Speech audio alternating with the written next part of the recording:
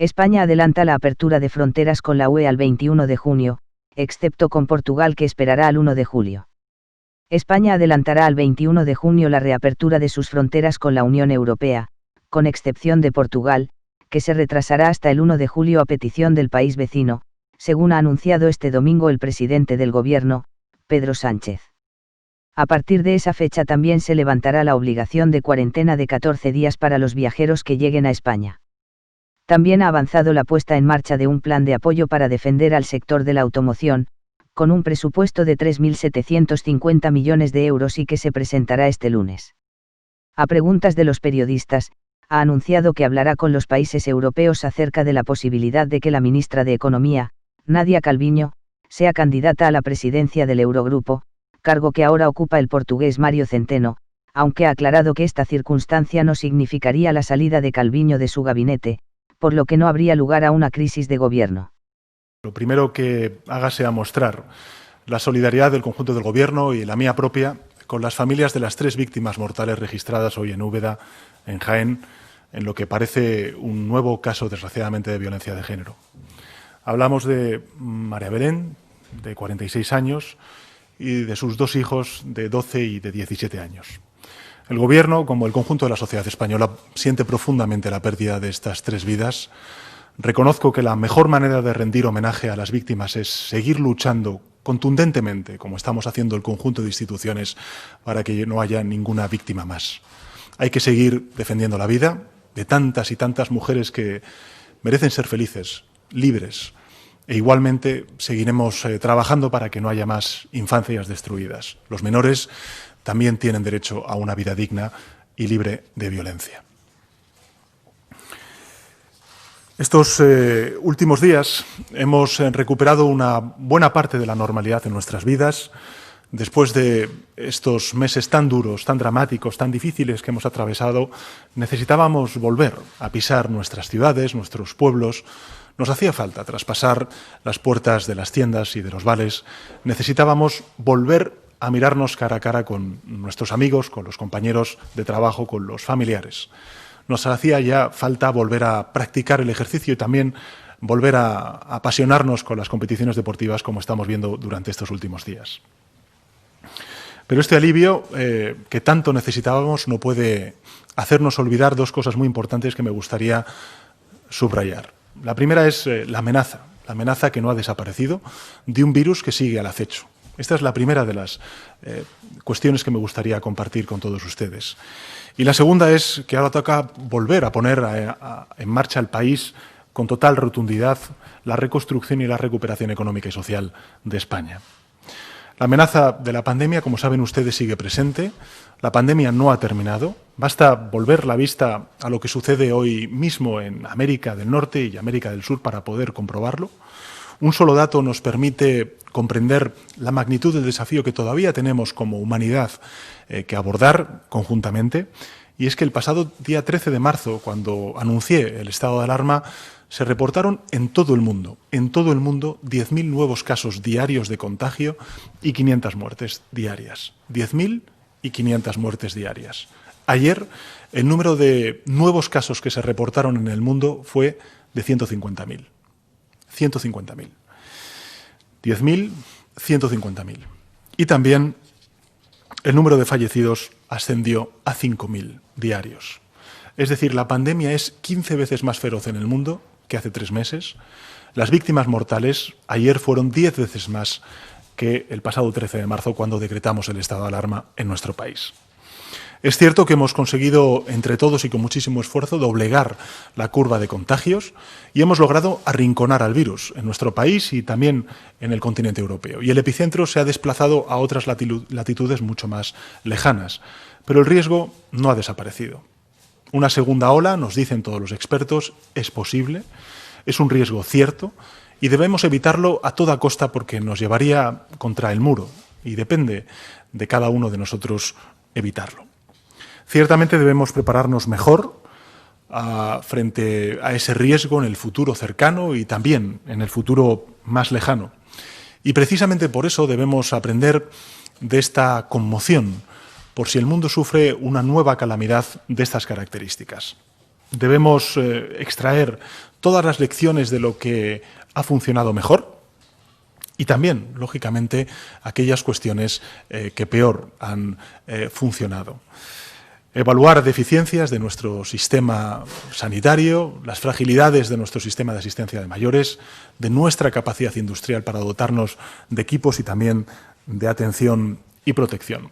Debemos evaluar las fortalezas de nuestros sistemas de telecomunicaciones, de energías, de aprovisionamiento de alimentos, el gran potencial de nuestras fuerzas y cuerpos de seguridad del Estado, de las Fuerzas Armadas, en definitiva, del conjunto de servidores públicos que han estado durante estas semanas tan largas al frente y en primera línea. Y también debemos evaluar las fragilidades que arrastramos en el teletrabajo, en educación no presencial, el problema de la brecha digital que ha dejado descolgados a quienes no acceden a Internet, no solamente desde el punto de vista de los recursos de renta, sino también desde el punto de vista territorial. De todo eso deberá ocuparse una comisión parlamentaria que propuse esta semana misma en el Congreso de los Diputados, una comisión parlamentaria de evaluación que impulsaremos de inmediato cuando sea levantada el estado de alarma el próximo 21 de junio. En definitiva, lo que tenemos que hacer es aprender de la emergencia para prepararnos mejor. Esa debe ser la máxima que nos guíe, que guíe al conjunto de fuerzas parlamentarias que vayan a participar en esa comisión parlamentaria de evaluación de la crisis del COVID. Pero además de examinar lo sucedido, nos aguarda una segunda tarea fundamental, y es la puesta en marcha del país a pleno rendimiento y la reconstrucción y recuperación social y económica de nuestro país. Precisamente de ello quiero hablarles hoy para centrarme en tres aspectos muy relevantes que he tratado en esta 14ª ya conferencia de presidentes y presidentas autonómicos que hemos mantenido a lo largo de esta mañana. En primer lugar, la educación y la vuelta a las aulas en el mes de septiembre. En segundo lugar, el relanzamiento de la industria y la necesidad de un plan específico para el sector de la automoción y también para el sector del turismo. Y en tercer lugar, la apertura de fronteras y, en consecuencia, vincularlo con el plan de apoyo al turismo al cual antes he hecho referencia. En el ámbito de la educación, estos meses de crisis y de vida detenida han sido especialmente duros para los más jóvenes, para los niños y niñas que han visto paralizadas sus vidas, su entorno social, afectivo y su relación con el exterior. Han tenido el refugio de sus familias, pero han perdido la conexión con sus compañeros y su vínculo ordinario con sus profesores, con sus maestros. Este parón forzado de la educación presencial ha puesto de manifiesto dos carencias que me gustaría compartir con todos ustedes. En primer lugar, la brecha digital. Muchas familias carecen de los dispositivos o de la conexión o del conocimiento para trasladar el aprendizaje desde el aula al hogar. Y en segundo lugar, la conciliación familiar, la corresponsabilidad familiar, cómo se compatibiliza el trabajo de los padres y madres y el cuidado de los niños y niñas. De estas carencias deberemos ocuparnos en esa comisión parlamentaria de evaluación, a la cual antes hice referencia y mencioné, y que deberá proponer medidas de alcance para el futuro. Pero además ahora tenemos que organizar y preparar esa vuelta tan necesaria e imprescindible a las aulas en coordinación con las comunidades autónomas, que son, como todos ustedes saben, quienes tienen las competencias, como sucede también con la sanidad, en la gestión de la educación. Los ministerios de Sanidad y de Educación y Formación Profesional a lo largo de estas últimas semanas han estado trabajando codo con codo y han elaborado un documento marco que fue presentado la pasada semana, esta semana que estamos terminando, y discutido con los consejeros y consejeras de educación de los distintos gobiernos autonómicos, y cuyo único propósito es establecer lo que corresponde al Gobierno de España, que son recomendaciones a las autoridades competentes en materia educativa, que son las comunidades autónomas. Las clases se reanudarán en septiembre y, gracias a estas recomendaciones y al trabajo conjunto que está haciendo el Ministerio de Sanidad, el Ministerio de Educación y Formación Profesional, junto con las comunidades autónomas, esa vuelta en el mes de septiembre será en un entorno seguro y saludable. Las medidas definidas procuran reducir los riesgos de contagio, reforzando, por ejemplo, la educación para la salud, limitando los contactos, fomentando la higiene personal y ventilando los espacios.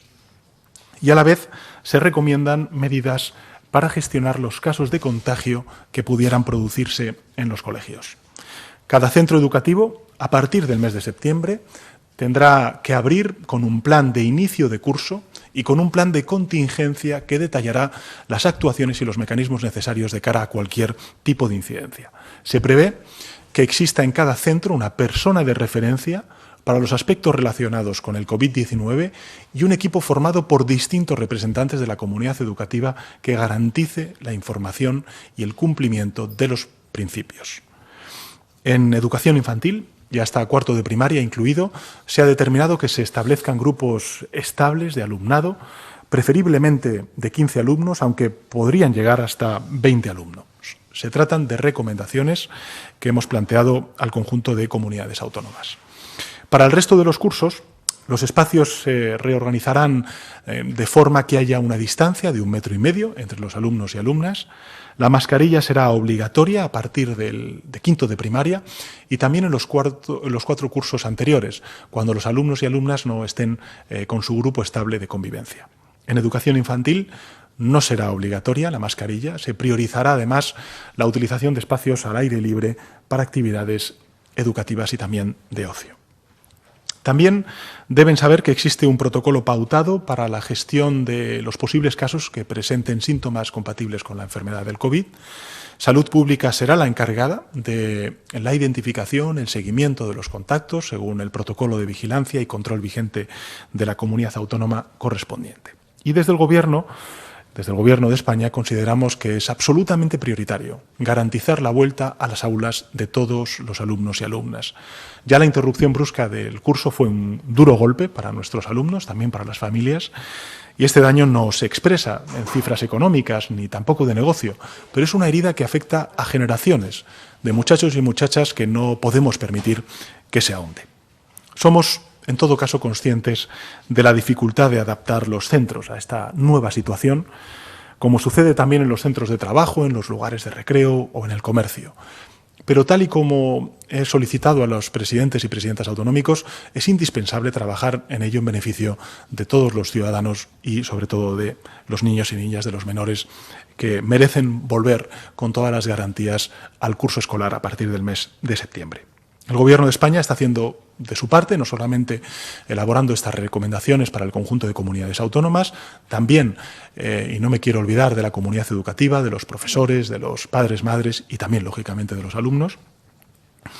Y en otro ámbito de cosas, el Gobierno, como saben ustedes, anunció, vamos a aprobarlo en los próximos días, un fondo no reembolsable de 16.000 millones de euros para las comunidades autónomas, y de esta inyección de recursos, como saben, 9.000 millones de euros deberán ser destinados a la sanidad, pero 2.000 millones de euros, esto era lo importante que quería reseñarles, se dirigirán precisamente a la educación.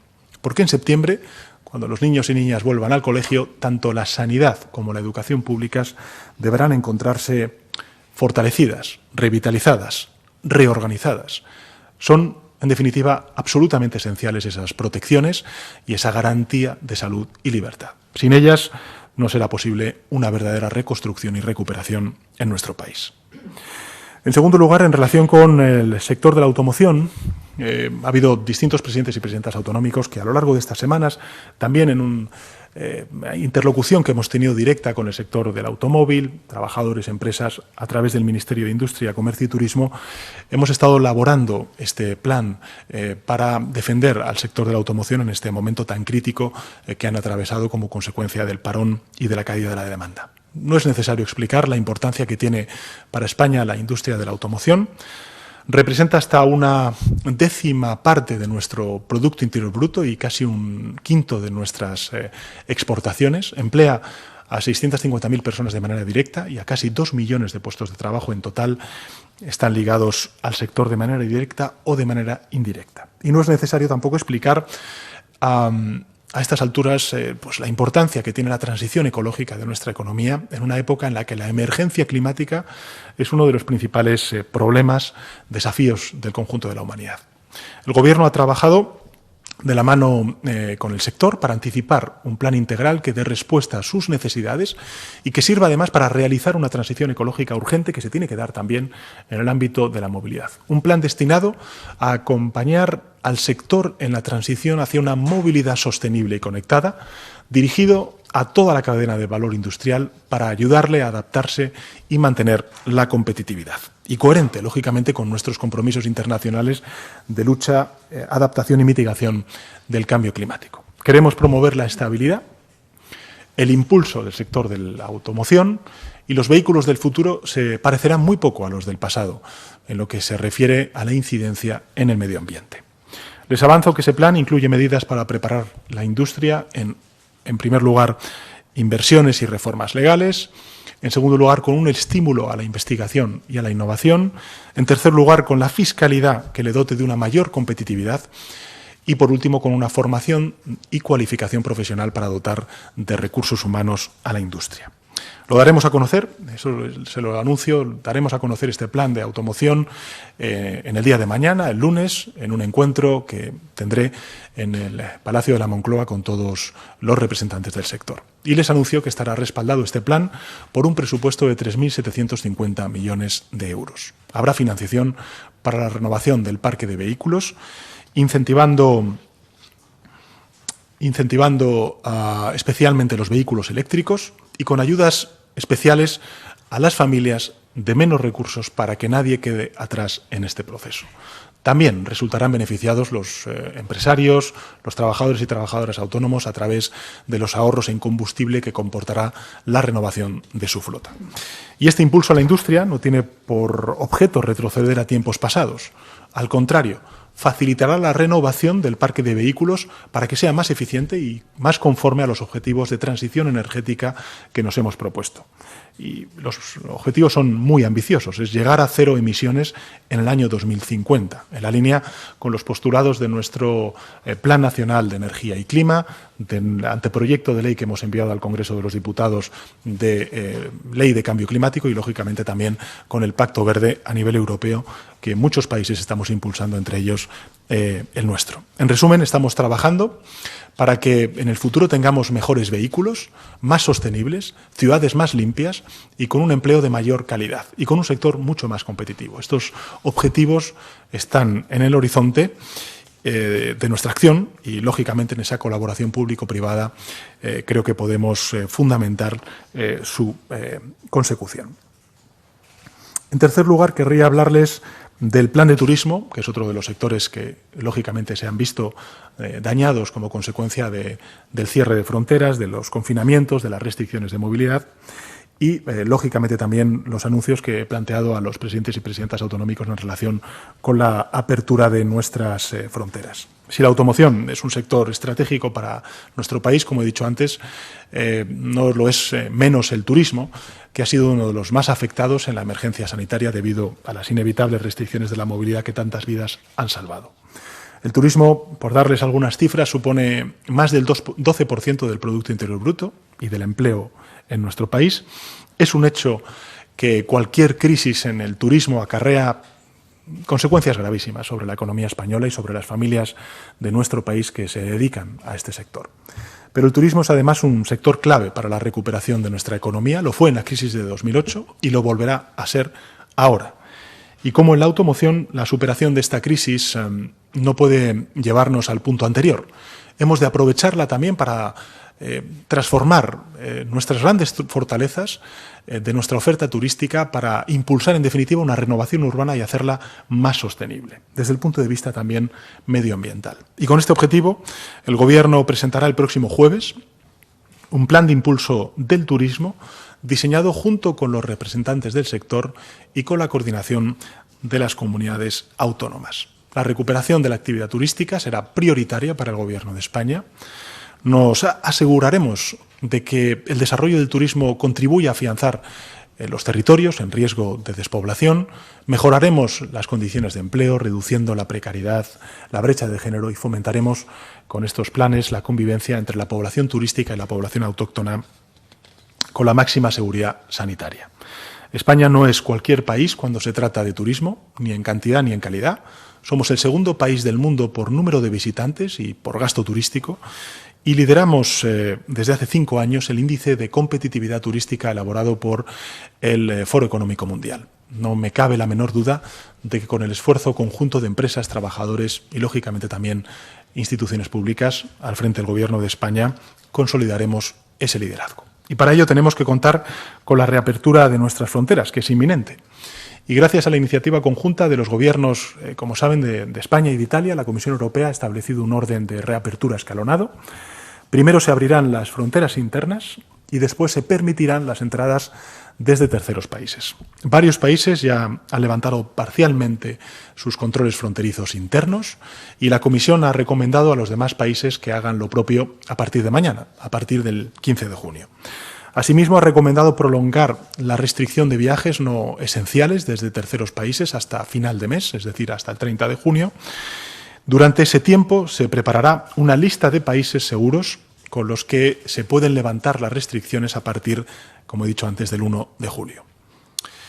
Me gustaría decir que en un día como hoy, un 14 de junio de hace 35 años, se firmaba el Tratado de Schengen, que abría el camino a la eliminación y los controles fronterizos y marcaba el futuro de la integración europea. No se me ocurre mejor forma de conmemorar este aniversario, precisamente hoy, otro 14 de junio, con el anuncio del restablecimiento de una de las libertades fundamentales que definen el ideal europeo. Por eso, en consonancia con los criterios de la Unión, con las peticiones también del sector turístico, de comunidades autónomas y con la buena evolución, afortunadamente buena evolución de la emergencia sanitaria, puedo anunciarles lo siguiente, y es que España levantará los controles fronterizos con todos los Estados miembros el próximo 21 de junio, coincidiendo justamente con el fin del estado de alarma. A partir de entonces desaparecerá la obligación de cuarentena para los viajeros que entren en nuestro país y se han llevado a cabo consultas con los Estados miembros vecinos, teniendo en cuenta la necesaria bilateralidad de las medidas que se van a adoptar, que estamos adoptando, y como resultado de estas consultas se mantienen los controles en las fronteras interiores terrestres con Portugal hasta el 30 de junio, tal y como nos han solicitado. Ahora bien, dada la estrecha relación que tenemos con nuestro querido amigo y vecino portugués, hemos acordado celebrar un acto muy especial, muy emotivo, de reapertura de fronteras entre los dos países a partir del próximo 1 de julio, en el que estará presente el jefe del Estado, Su Majestad el Rey, mi presencia también y, lógicamente, la presencia del primer ministro portugués y también el presidente de la República Portuguesa. Eso será el 1 de julio, en un acto que haremos en una ciudad española y en una ciudad portuguesa.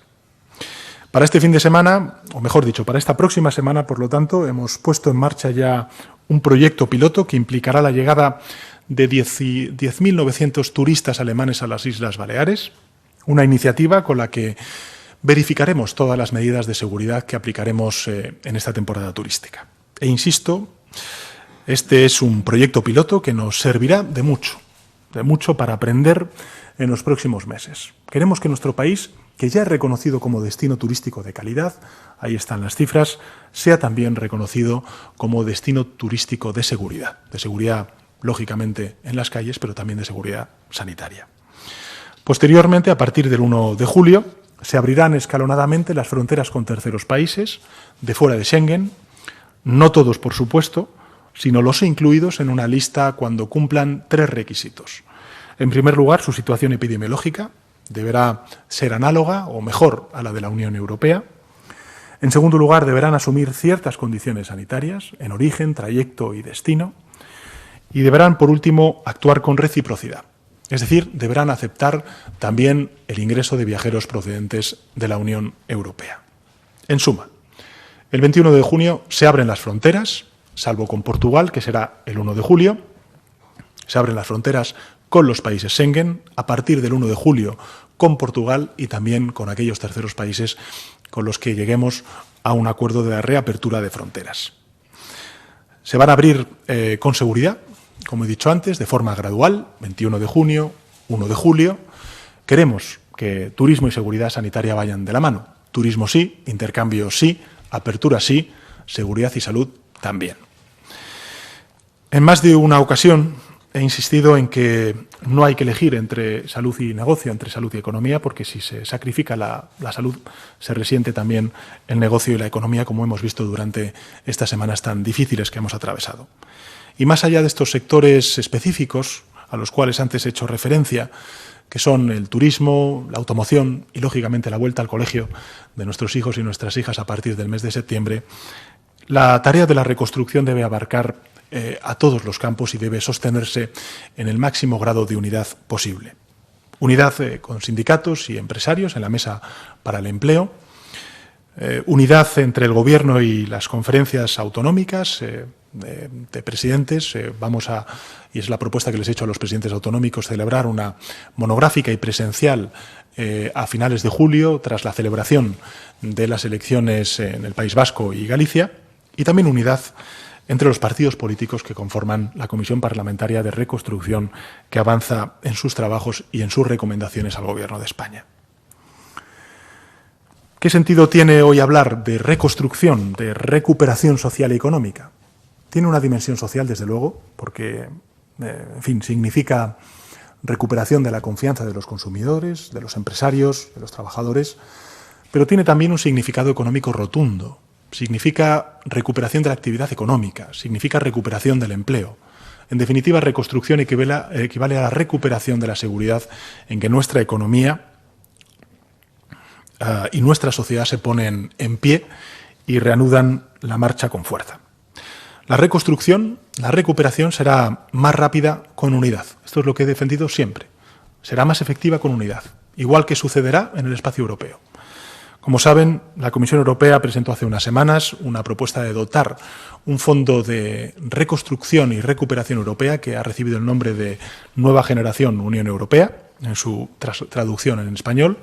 La cuantía final de la propuesta de la Comisión asciende a 750.000 millones de euros, 500.000 millones de euros en transferencias directas, 250.000, como saben, en préstamos. Están destinados a reactivar las economías más afectadas, a prestar apoyo a los trabajadores, a los autónomos, a las pymes, a los profesionales sanitarios y, lógicamente, también a los sectores productivos más golpeados, como por ejemplo el del turismo o la cultura. Esta propuesta cuenta con apoyos muy amplios dentro de los Estados miembros, pero todavía no está aprobada y encuentra reticencias, como saben ustedes, en algunos países que se resisten a aceptar este avance que, a mi juicio, es esencial, es determinante para la recuperación de los países más golpeados, pero en realidad redunda en beneficio del conjunto de Europa. Por eso, me gustaría pedir públicamente a todos los partidos españoles que apoyen activamente la propuesta de la Comisión Europea dentro de sus familias políticas respectivas, para que sea aprobada en el Consejo Europeo y se pueda poner en marcha lo antes posible. Además justo es capital para nuestra recuperación. Si España gana, todos ganamos, trabajadores, autónomos, grandes, pequeñas empresas, economía social. Si España pierde, no solo pierde el Gobierno de España, todos perdemos. Nadie puede soñar con sacar un beneficio dañando a los intereses de España y del conjunto de ciudadanos. Así que pido responsabilidad, pido altura de miras y pido, sobre todo y ante todo, patriotismo. Comenzaba esta intervención diciendo que no podemos olvidar los días más duros, pero mucho menos aún podemos olvidar, jamás lo vamos a hacer, a aquellos que ya no están junto con nosotros, a los que fallecieron en estos meses tan terribles que hemos atravesado. No estamos todos, no estamos todas, faltan más de 27.000 compatriotas que murieron víctimas del COVID-19. Son demasiadas personas las que faltan, demasiados los que ya no están y que contribuyeron a hacer de nuestro país un país mejor. Y tal como anuncié hace un mes, este país, su país, España, les guardará memoria siempre y les rendirá homenaje en una ceremonia de Estado que se celebrará también en días posteriores al 12 de julio, que es el día de las elecciones en Galicia y en el País Vasco. Termino haciendo referencia a un proverbio oriental para trasladarles alguna reflexión. Hay un proverbio oriental muchas veces citado que sostiene que cuando soplan vientos fuertes, algunas personas se dedican a construir muros, mientras que otras construyen molinos. Lo habrán escuchado este proverbio en muchísimas ocasiones. Obviamente nadie esperaba este vendaval, pero ha llegado y nos ha sacudido, como ha golpeado a todo el mundo, como está golpeando a todo el mundo. Y solo hay dos respuestas posibles: o ser muro o ser molino, división o transformación. Ya antes de la pandemia sabíamos para qué servían los muros: para dividir, para segregar, para confrontar, para separar. Con la pandemia hemos visto alzarse otros muros, como es el del miedo, el del engaño, el del odio. El muro o los muros no son la solución. Queda otra opción, que es la de los molinos, como dice el proverbio. Podemos utilizar la tempestad que hemos vivido y convertirla en una fuerza positiva, en una fuerza de transformación. Una fuerza positiva para reencontrarnos forjando alianzas entre los más jóvenes y los más mayores, que han sido los más expuestos a los daños del virus, empresarios y trabajadores que quieren preservar y relanzar sus empresas y sus empleos, alianzas entre todos los pueblos de España, la unión de todas las fuerzas políticas con el objetivo de reconstruir y recuperar el empleo y el crecimiento económico. En todos los territorios de España empezamos a disfrutar de esas cosas, muchas veces pequeñas, que dan sentido a la vida, cosas que antes pensábamos que eran seguras y para siempre, y ahora sabemos que se pueden perder y lo costoso que es volver a conquistarlas. Hemos pagado, como sociedad, como país, un precio muy alto para recuperar una parte de la normalidad de nuestras vidas. Está en nuestras manos transformar toda esta aspereza y este dolor en algo que nos haga mejorar y que nos fortalezca como país, como comunidad. Está en nuestras manos actuar con constancia, con humildad, para orillar lo que nos enfrenta y aquello que nos separa. Podemos hacer mejor, mucho mejor nuestro país, aprovechando el esfuerzo al que nos ha obligado esta desgracia. Es esta esperanza de un futuro mejor la que nos mantuvo en pie a todos, a todas, los días más duros de esta pandemia, y es esta esperanza la que tenemos que hacer realidad ahora. Así que muchas gracias por su atención y muchas gracias también y ante todo por su responsabilidad y generosidad. Presidente, comenzamos entonces con los turnos de preguntas en esta comparecencia de prensa. Hoy participan los siguientes medios: la cadena SER, Expansión, Telecinco, Es Diario, TV3, El Confidencial Digital, El Diario.es, Clarín y Onda Madrid. Seguiremos este orden. Si le parece, por favor, a los compañeros que se identifiquen. Comienza la cadena SER, sus servicios informativos. Hola, buenas tardes. Inma Carretero de la cadena SER. Me alegra de verle de nuevo, presidente.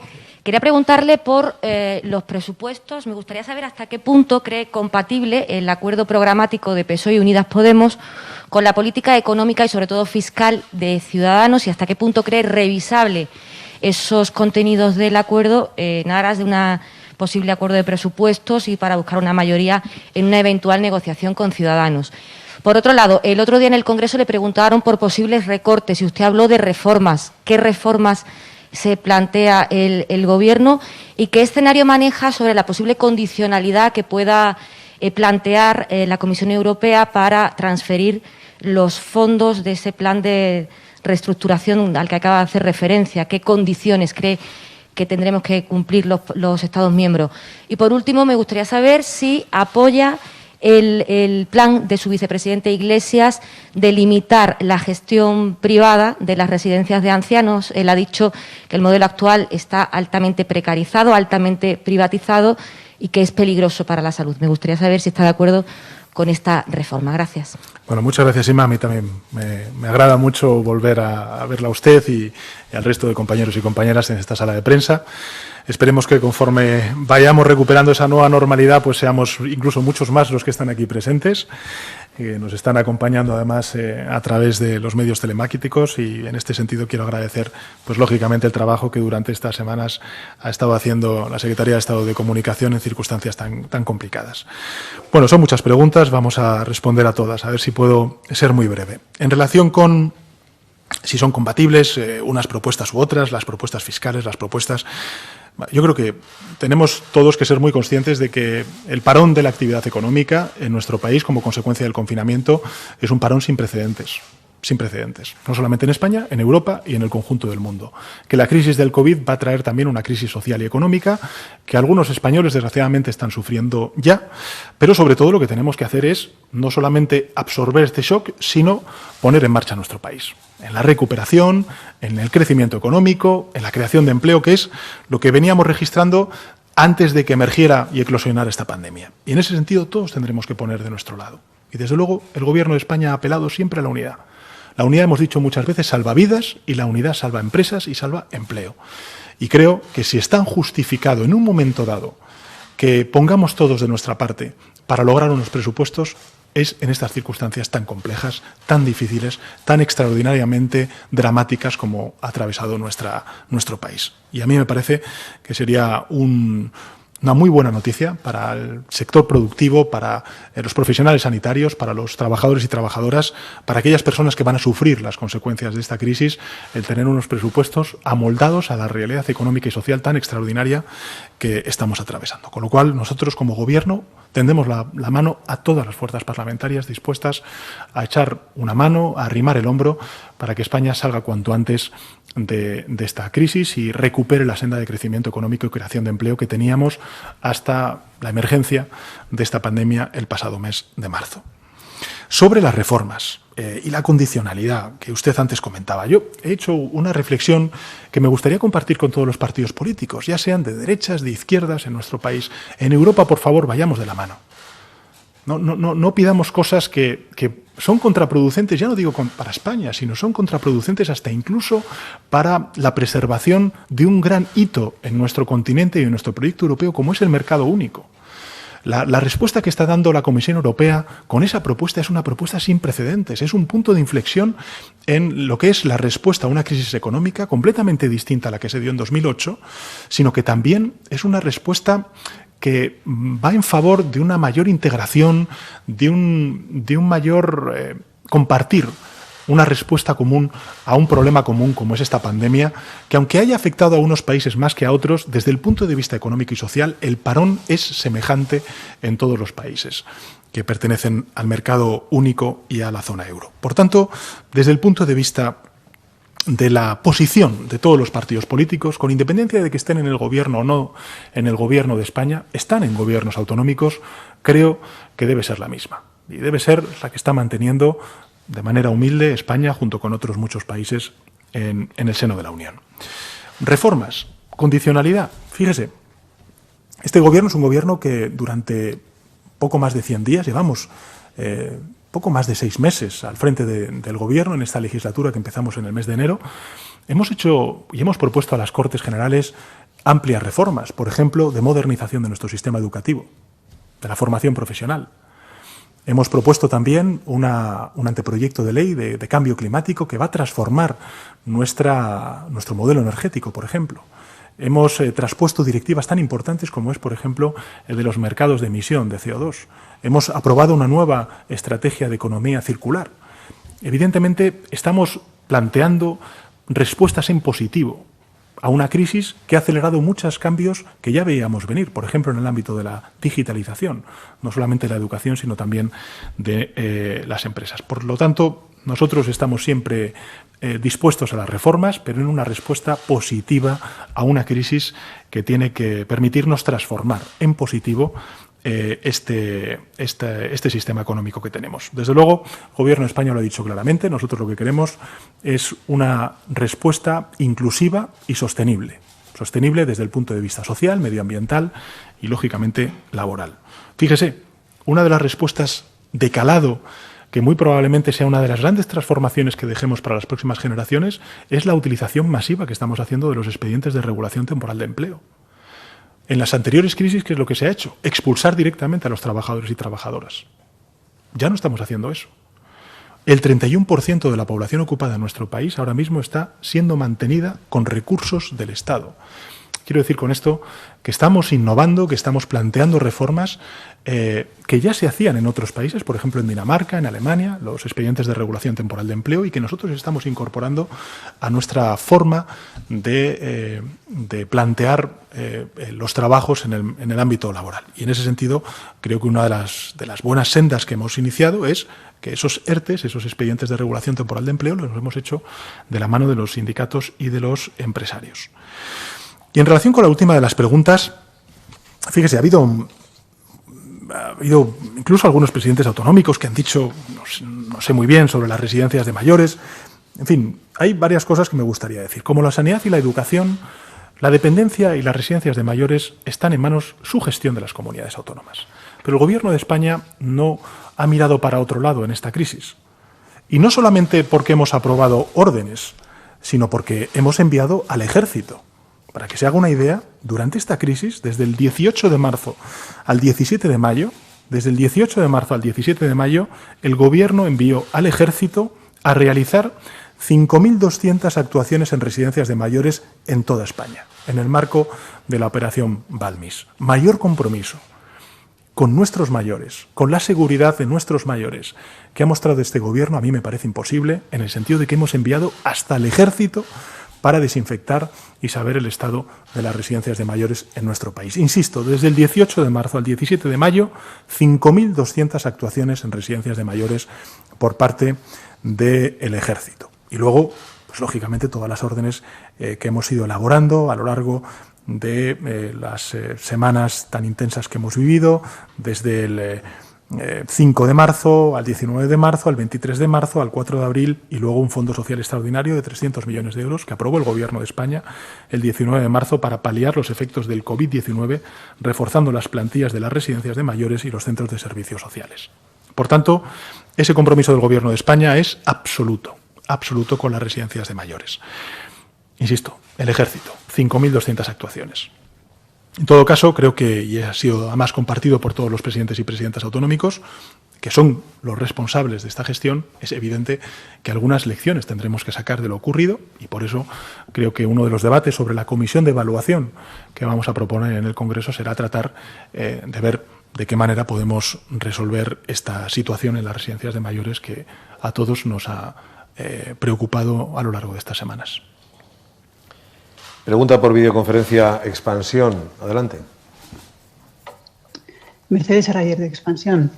¿Qué medidas relativas a la fiscalidad incluye el Plan de Industria de Automoción y significa que renuncia a la subida del diésel que iba en sus presupuestos junto al resto de subidas de impuestos? ¿Va a proponer a Nadia Calviño para presidir el Eurogrupo y ha sorteado apoyos ya para ello? ¿Le preocupa que esto signifique que tenga que hacer un ajuste, estos de los que no quiere hablar, por estar en esta posición? Hay rebrotes en País Vasco y en partes de Cataluña. ¿Se ha ido demasiado rápido en estos casos para buscar su apoyo político? Y por último, el caso 8M ha sido archivado, pero es un archivo provisional.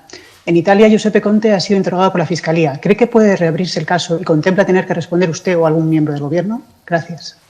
Muchas gracias, Mercedes, por sus preguntas. Creo haber entendido las 5 preguntas que me ha hecho.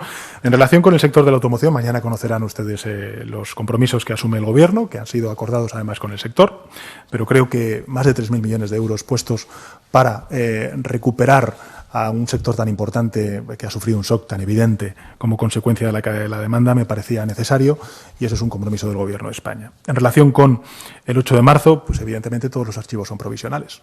Todos los archivos son provisionales, por tanto no hay noticia en esta cuestión que usted plantea, ¿no? Y evidentemente nosotros somos un Gobierno que colabora con la justicia, como no puede ser de otra manera.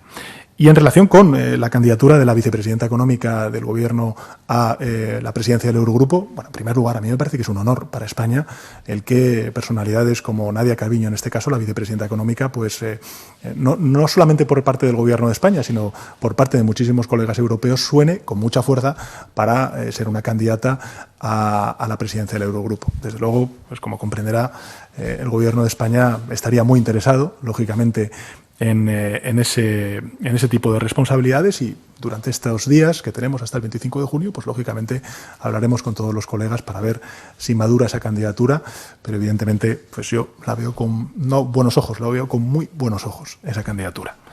Y respecto al otro de los recortes y en definitiva las cosas que usted ha dicho, vinculándolas con la candidatura del Eurogrupo, pues honestamente no primera noticia, no he recibido para nada ese tipo de inputs por parte de los colegas europeos, me refiero. Informativos Telecinco, desde la sala de prensa. Pregunta. Sí, hola, buenas tardes, presidente. Soy Federico Molina. Quería hacerle un par de preguntas relacionadas con el turismo. Eliminada la cuarentena para los viajeros de la Unión Europea, ¿hay previstas algún tipo de medidas, tipo control de temperatura en aeropuertos o pruebas rápidas para garantizar que no vienen contagiados? Y en caso afirmativo, si habría margen, ya que estamos a una semana, para preparar esa contingencia. Gracias. Pues muchas gracias, Federico. Me parece una de las preguntas que estamos entre todos trabajando a nivel europeo. Lo que sí que le podré decir que desde el punto de vista del Gobierno de España, lo que hemos venido haciendo durante estos últimos días es reforzar la sanidad exterior con las comunidades autónomas. Hemos estado reforzando la sanidad exterior, la vamos a seguir reforzando con las comunidades autónomas, y en definitiva, efectivamente, este es uno de los momentos más críticos porque la pandemia la tenemos controlada, evidentemente, en España, y están los datos. La desescalada ha sido un éxito. Los datos son francamente positivos, mucho mejores de lo que yo inicialmente me esperaba a lo largo de estas semanas, y evidentemente la apertura de las fronteras es un momento crítico para el cual nos hemos estado preparando. Y antes se ha comentado por parte de Mercedes, a la cual no he respondido en relación con los brotes. Evidentemente, brotes va a haber, porque el virus, como he dicho antes, está entre nosotros, continúa el acecho, no tenemos un remedio terapéutico, no tenemos una vacuna, y en consecuencia lo que tenemos que es apelar a la responsabilidad individual. No podemos bajar la guardia, ninguno de nosotros y nosotras. Y desde el punto de vista institucional, a mí me parece que una de las buenas noticias es que estos rebrotes, cuando se han producido, los sistemas de salud de las comunidades autónomas los han detectado rápidamente, ya sea en el País Vasco, en Cataluña, en Murcia, cuando lo hubo en Totana, por ejemplo, o en otros lugares de nuestro país. Es decir, los mecanismos de detección precoz de esos brotes pues están funcionando afortunadamente bien, y esperemos que mantengamos entre todos a raya al COVID. Pero en todo caso me gustaría volver, insisto mucho en esto porque me parece fundamental. Las instituciones podemos llegar hasta donde podemos llegar, los profesionales sanitarios pueden llegar hasta donde pueden llegar. Lo más importante es que todos asumamos esa responsabilidad individual, esa responsabilidad en primera persona para mantener a raya al virus. Pregunta ahora Es Diario. Buenas tardes, presidente. Soy Ana Martín, del periódico Es Diario. Hablaba usted, en primer lugar, de la importancia de prepararnos mejor porque la amenaza del virus sigue ahí. Y si mal no tengo entendido, hoy la propia presidenta madrileña ha anunciado que en esa reunión telemática, que además se nos anuncia como la última, le ha pedido un plan nacional para los rebrotes. La semana que viene termina el estado de alarma. Nadie sabe muy bien qué pasará a la vuelta del verano, de cara al otoño, al invierno incluso. Quería preguntarle si usted, en vista de que no ha habido reformas legislativas, descarta para el futuro el uso nuevamente del estado de alarma como herramienta. Y en segundo lugar, si me lo permite, quería volver a insistir sobre el archivo de la causa que estaba instruyendo un juzgado de Madrid sobre la manifestación del 8 de marzo. Quería preguntarle si que con este archivo considera que tanto usted como su gobierno quedan eximidos de lo que se refiere a la responsabilidad política de haber mantenido esa manifestación. Se lo digo porque en el auto la juez dice textualmente que las concentraciones de marzo incrementaron el peligro de contagio y por ello fueron un riesgo cierto y seguro para la salud pública. Gracias.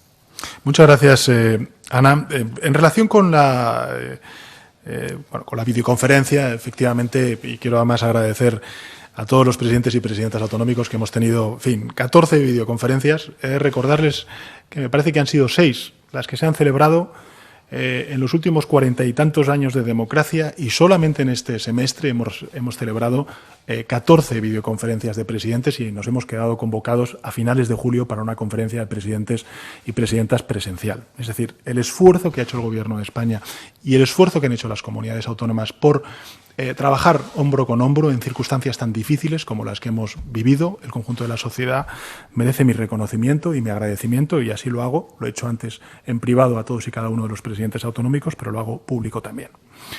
En relación con el Plan Nacional de Rebrotes, vamos a ver. El Gobierno de España ha aprobado un Real Decreto Ley que ahora está pendiente de convalidación en las Cortes Generales, que es el Real Decreto Ley, donde establecemos lo que llamamos los parámetros de esa nueva normalidad, en donde establecemos los criterios de sanidad que nos han dicho tenemos que asumir en primera persona todos los ciudadanos para poder hacer frente y tener a raya el virus. Distancia social, uso de mascarillas, en definitiva, todo lo que ustedes saben del Real Decreto Ley.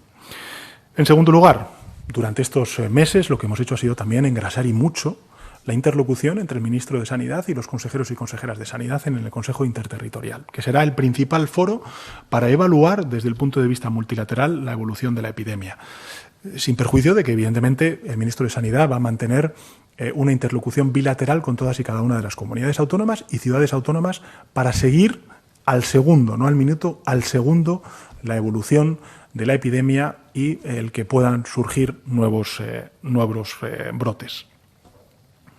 En fin, nosotros hemos planteado un estado de alarma hasta el 21 de junio Y he de recordarle que el Partido Popular ha votado en contra de esos estados de alarma. Por tanto, lo que le quiero decir con esto es que yo no rechazo el que en un futuro tengamos que volver a necesitar el estado de alarma, pero no es mi intención. Espero y deseo, además, que no nos veamos de nuevo sometidos a una situación tan crítica como que justifique la aprobación del estado de alarma. Y, por tanto, lo que quiero poner en valor es la colaboración, la cooperación y la coordinación que estamos desarrollando con las comunidades autónomas y con el Ministerio de Sanidad a lo largo de estas semanas tan críticas y las que vienen.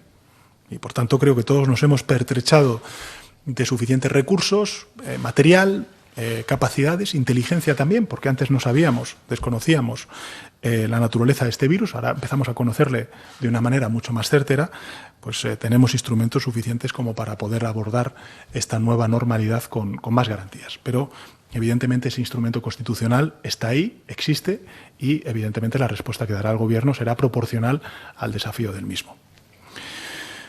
Y en relación con la última de las cuestiones del auto, pues es simplemente decir que el Gobierno respeta, pues lógicamente, las sentencias judiciales, en este caso el archivo de una causa sobre el 8 de marzo y no tengo mucho más que añadir, la verdad.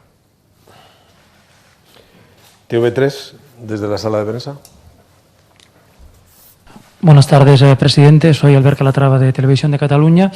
Primero, durante la videoconferencia de hoy, el presidente Torra ya ha anunciado que pedirán que Cataluña pase a fase 3 la semana que viene y no esperar al lunes siguiente. Me gustaría saber si cree usted que es posible atender esta petición o cree que es precipitado. Después, presidente, usted también comentó que una vez se superase el estado de alarma sería el momento de abordar cuestiones que habían quedado aparcadas como la mesa de diálogo. ¿Puede asumir el compromiso que esa mesa de diálogo con Cataluña se va a convocar el mes de julio? Y, por último, si mantiene que quiere basar la legislatura en aquellos partidos a nivel parlamentario, aquellos partidos que le facilitaron la investidura, como es el caso de Esquerra o del PNV, o después de lo que vimos el viernes, de las últimas votaciones, de los gestos con Ciudadanos, ya podemos decir que claramente hay un cambio de estrategia, con lo que ello significa de riesgo algunos partidos como el PNV o Esquerra Republicana especialmente, que ya han advertido que son del todo incompatibles con Ciudadanos. Muchas gracias. Pues muchas gracias, Albert, por sus preguntas. En relación con la primera de ellas, es verdad que hoy ha dicho el presidente Torra que quería pasar a fase 3, que la totalidad de Cataluña, en fin, no me corresponde a mí, corresponde en este caso a los expertos del CAES, a las autoridades sanitarias, el compartir esta cuestión con la Generalitat de Cataluña, con la Consejería de Sanidad y, en fin, lo que ellos decidan, bien decidido estará y, por tanto, yo ahí lo que he hecho ha sido, a lo largo de estos meses, basarme en criterios de expertos epidemiológicos y, por tanto, yo, digamos que tengo poco que añadir a esta cuestión, salvo reafirmar el que ha sido la ciencia la que ha, explicado, justificado las medidas que hemos ido tomando desde el Gobierno de España. En segundo lugar, en relación con la mesa de diálogo, sí, yo lo he dicho en muchas ocasiones, desde luego no tendré ningún problema en que se celebre en el mes de julio, entre otras cosas porque significará que esta emergencia sanitaria está definitivamente superada, que será una extraordinaria noticia para todos. Y en relación con la legislatura y si Ciudadanos, Esquerra, el PNV, en fin, tenemos un Parlamento tan fragmentado, la ciudadanía lo que nos pide es que lleguemos a acuerdos. Las circunstancias, yo creo que ha atravesado la ciudadanía nos llevan a que evidentemente todos tengamos que arrimar el hombro. Fíjese, es la primera vez en muchos años que se celebran conferencias de presidentes en los que están presentes pues todos los presidentes y presidentas autonómicos. Quiero decir, hay una demanda. Vote lo que vote cada cual en sus contiendas electorales y vota partidos independentistas, partidos recentralizadores, partidos de izquierdas, partidos de derechas, partidos nacionalistas, en fin, de todos los colores. Ahora mismo hay una ciudadanía que lo que demanda ansía es unidad por parte de todas las fuerzas políticas.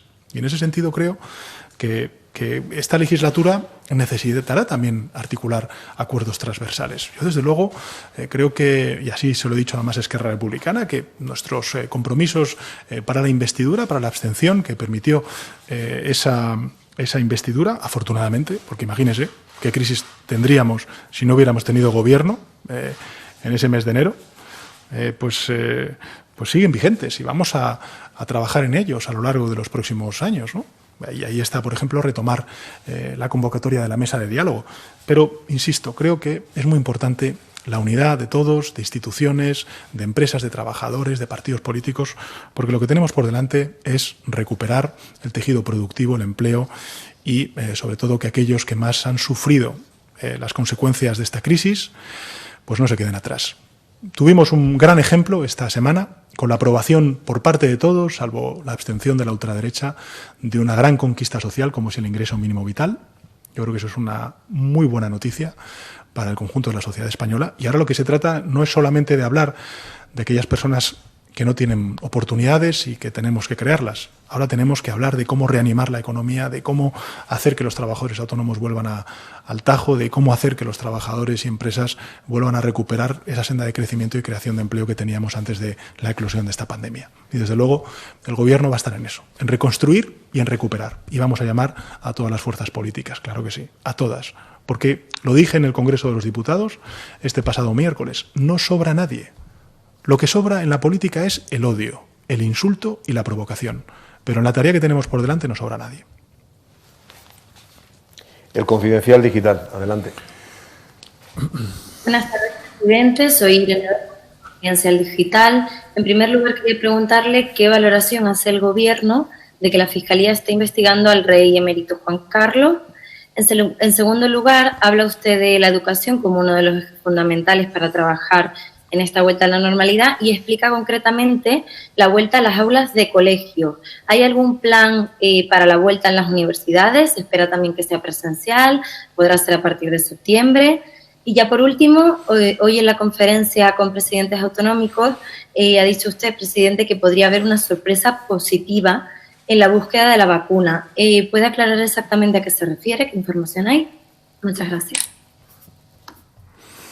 Bueno, respecto a la última de las cuestiones de la sorpresa positiva, me refiero a todas las noticias que están saliendo de la ciencia. Creo que en esta crisis, en muchas ocasiones, nos olvidamos de un elemento disruptivo, que es el aporte de la ciencia, el trabajo incansable que están haciendo los científicos, los investigadores en el conjunto del planeta, pero también en nuestro país. Yo quiero rendir homenaje y, lógicamente, reconocimiento a los científicos y investigadores españoles que, en fin, están poniendo todo de su parte para lograr esa vacuna cuanto antes.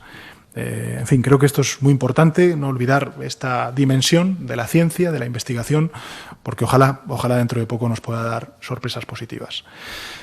En relación con la primera de las cuestiones, pues no tengo mucha más valoración que hacer. Es decir, este es un gobierno que respeta el trabajo de los jueces, de los fiscales. En fin, lo que podemos hacer es colaborar, lógicamente, con la justicia y evidentemente, nada más que añadir. Y, en segundo lugar, en relación con el plan de universidades, efectivamente el ministro de Universidades está trabajando ya con la comunidad educativa, con las comunidades autónomas, y esperamos llegar a una serie de recomendaciones a lo largo de este mes para que, evidentemente, también los jóvenes universitarios pues vuelvan a las aulas con total garantía de seguridad. El diario.es.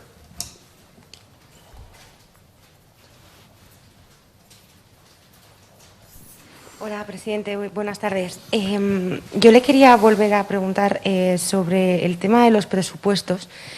Al fin y al cabo, para que haya años de legislatura es imprescindible que haya unos presupuestos este año.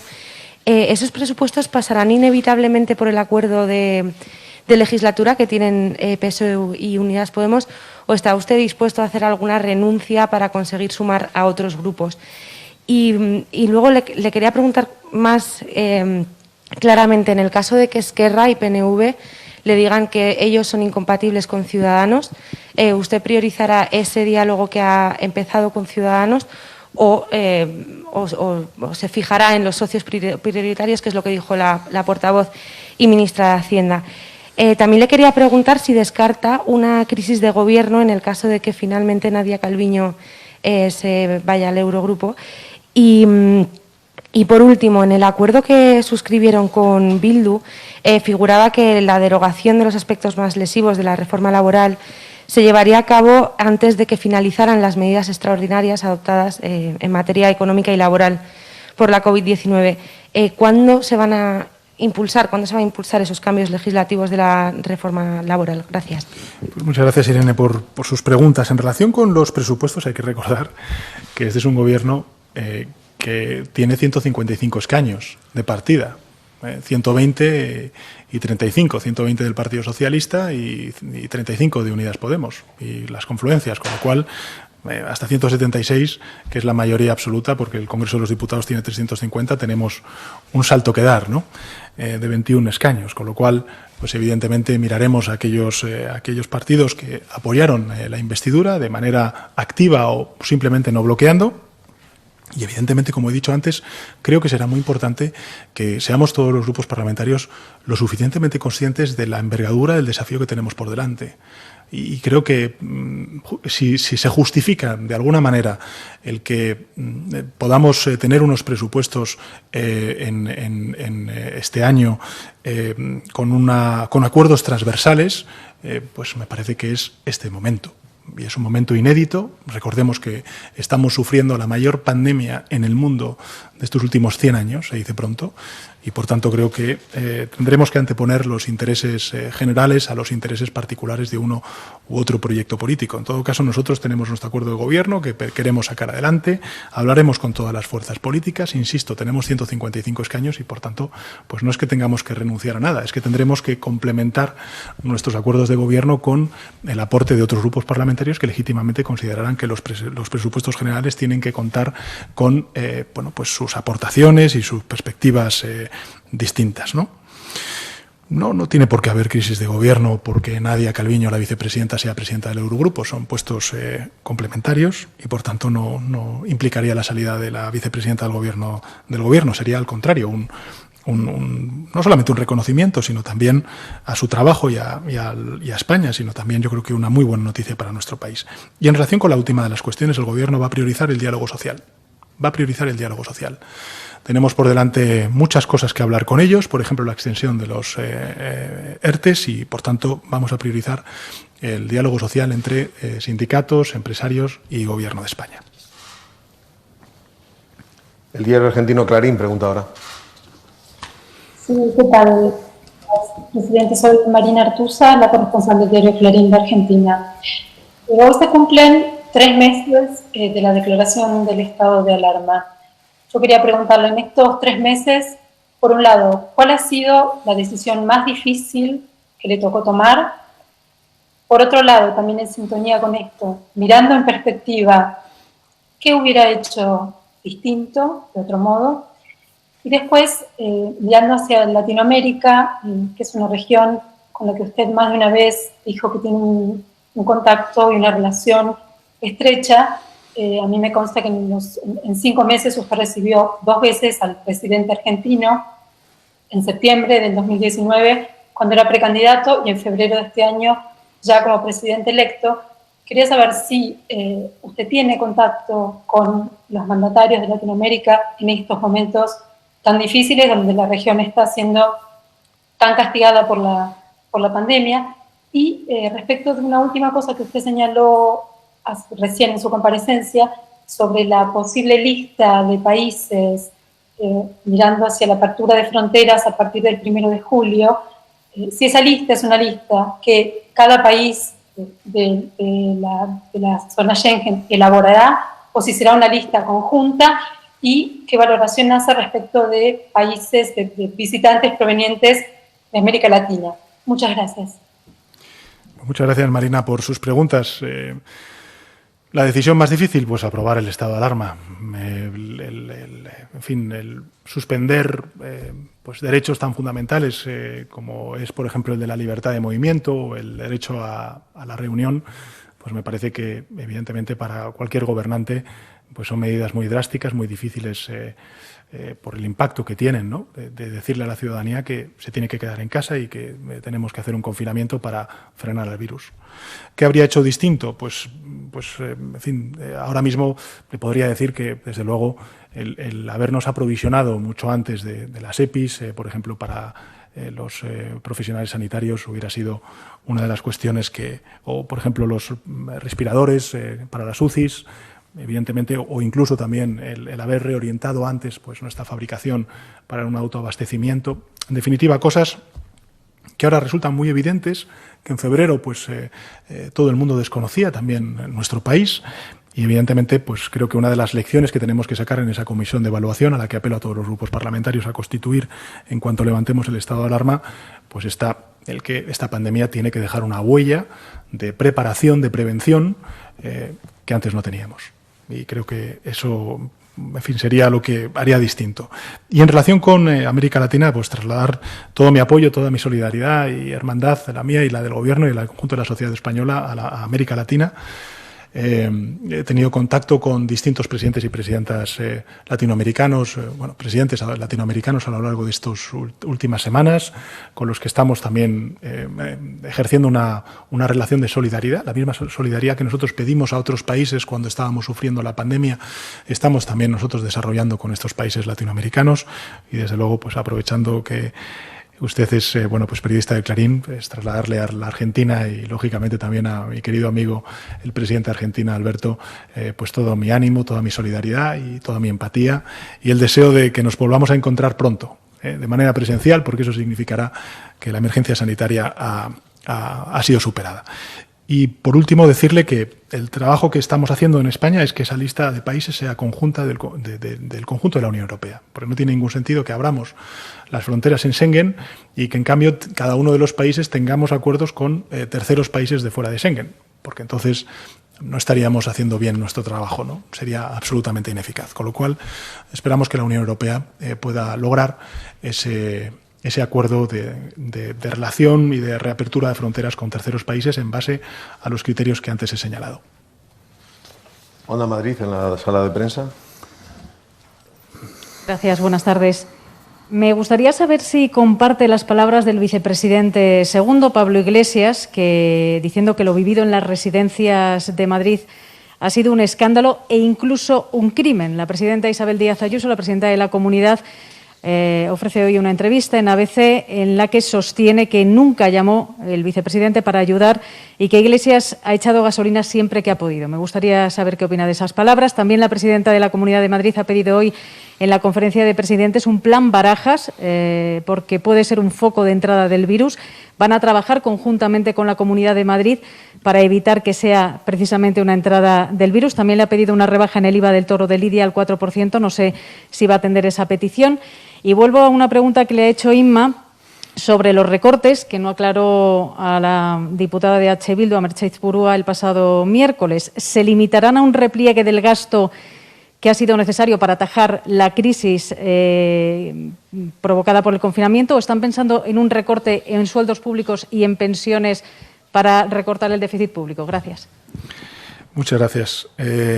Vamos a ver, en relación con la primera de las preguntas, insisto, la gestión de las residencias de mayores están en manos de las comunidades autónomas.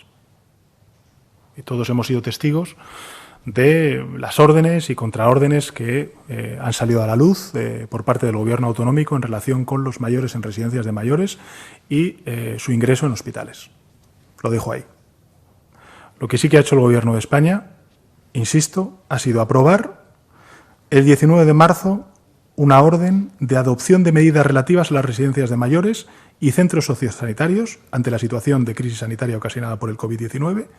Convertimos un protocolo del Ministerio de Sanidad del 5 de marzo, es decir, 9 días antes de aprobar el estado de alarma, en una orden que, entre otras cuestiones, se instaba a todas las residencias a las siguientes medidas: clasificar a todos los residentes según su relación con el COVID-19, aislar a todos los residentes con infección respiratoria aguda y con carácter general, siempre que existiera disponibilidad, realizarse la prueba diagnóstica de confirmación de los casos que presenten síntomas de infección respiratoria aguda para confirmar posibles casos de infección del COVID-19. Y estas son cuestiones que aprobó la vicepresidencia segunda de Servicios Sociales, con su liderazgo y el liderazgo del Ministerio de Sanidad.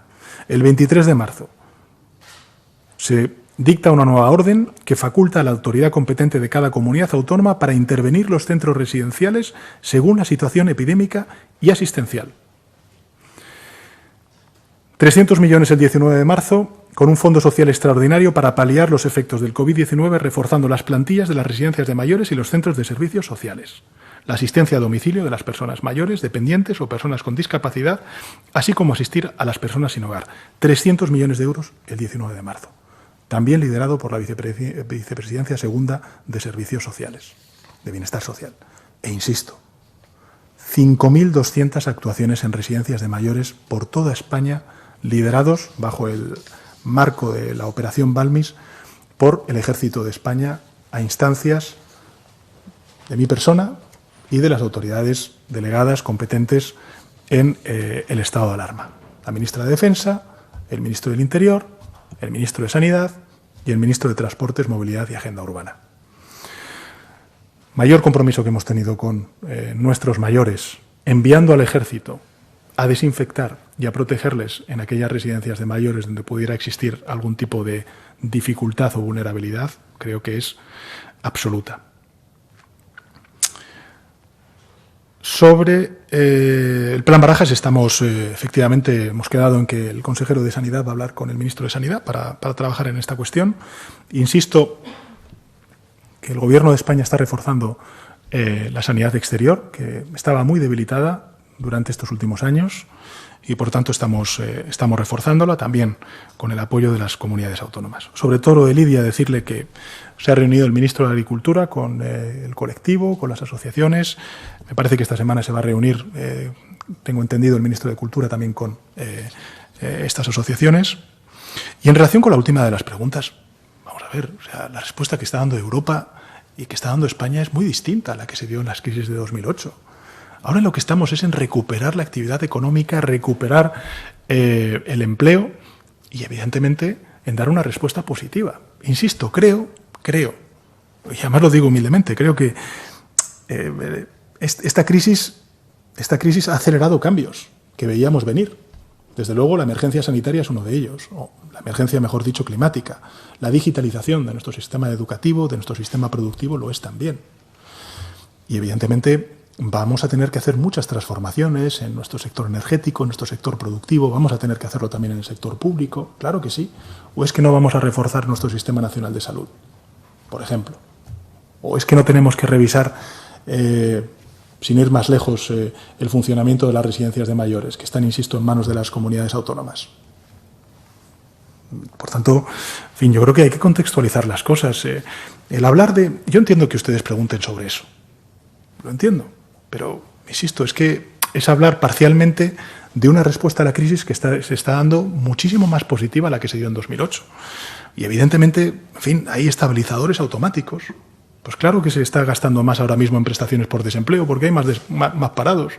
Cuando recuperemos el crecimiento económico habrá menos parados y, por tanto, estaremos gastando menos en prestaciones por desempleo. En definitiva, es que el debate es mucho más complejo que todo circunscribirlo a esta cuestión. Y este es un gobierno pues, que defiende el estado del bienestar, que defiende la fortaleza de lo público. Yo creo que alguna lección tendremos que sacar de eso. Y, evidentemente, pues hay una hoja de ruta marcada por este gobierno. Y entre ellas está, por ejemplo, pues la reforma fiscal. Son cuestiones que tendremos que ir abordando, pero paso a paso. Ahora lo que tenemos que estar es en recuperar la actividad económica, recuperar el empleo, recuperar el dinamismo económico, ayudar y rescatar a sectores muy competitivos que han sufrido mucho como consecuencia del confinamiento, el sector turístico, el sector de la automoción, en fin, en eso está el Gobierno. Muchas gracias, presidente. Finaliza el turno de preguntas. Permítanme que les recuerde que hoy es el Día de la Lengua de Signos. Las ruedas de prensa del presidente, de los miembros del Gobierno, de los responsables técnicos que durante meses se han producido son con lengua de signos y que agradezcamos al equipo que se encarga de esta traducción, de esa tarea incansable. De verdad, muchas gracias, presidente. Muchas gracias a todos.